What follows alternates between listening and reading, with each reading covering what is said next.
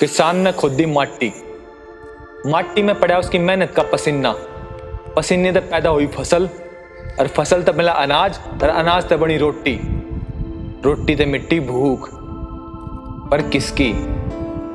पर किसकी? एक अफसर की सैलरी फिक्स है, एक नेता का वेतन भी तय है, एक प्राइवेट जॉब वाले की सैलरी भी तय है, और तो और एक मजदूर की मजदूरी भी तय है, और एक किसान का वेतन तय है। वो दिन कद आओगा जब एक किसान का वेतन तय हो जाएगा। किसान पहला भी आत्महत्या कर रहा था, आज भी करे है, आगे भी करेगा ना। ना, यो माहौल बदलना से, और यो माहौल बदलेगा, और यो माहौल बदला जाएगा। रे बैंक वाले पाछे पड़ रहे से, यो EMI कर देवेगा, ये दलाल पाछे ला